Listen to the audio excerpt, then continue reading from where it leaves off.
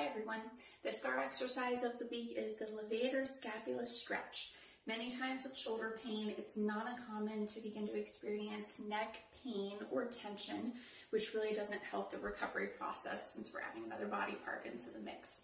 One of the common muscles that tends to cause a bit of a problem for neck pain, as well as can be associated with shoulder pain, is the levator scapula muscle.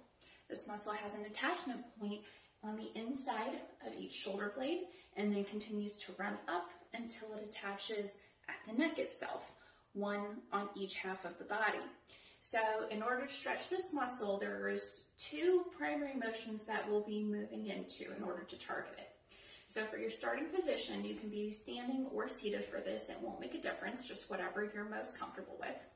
If I intend to stretch the left side of my neck, I'm going to use my right arm to hold on top of the head, and then vice versa. It's never a bad idea to practice this on both sides, even if one side of the neck feels like it has more tension or discomfort compared to the other. So let's just say for demonstration's sake, I'm feeling really tight and irritated on the left side, and I'm thinking it might be my levator scapula. So I'm going to take my right hand and place it over on top of the head. I do want to make sure my shoulders are relaxed, that I'm not tensing even more, hiking them up to my ears. And then from here, I'm going to first pull to the side, the same side as my arm that's doing the motion. So I pull towards that arm and making sure it's just the head and neck, not your whole body leaning with you. This is actually technically an upper trapezius stretch, which was one of our start exercises a little bit back, but we're going to pass through this motion and then travel into our next direction, which is going to be rotating down towards that same side I'm already pulled towards.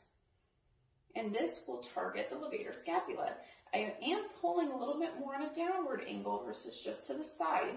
So I'm going to feel this really in between the side and back of the neck.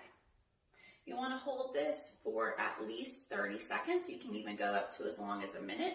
But generally speaking, when you're stretching, you want to try to do a sum total of 1 minute per stretch, which can be broken up however you need to. Repeat this a couple of times, practice on both sides, and you should be feeling relief in that neck in no time.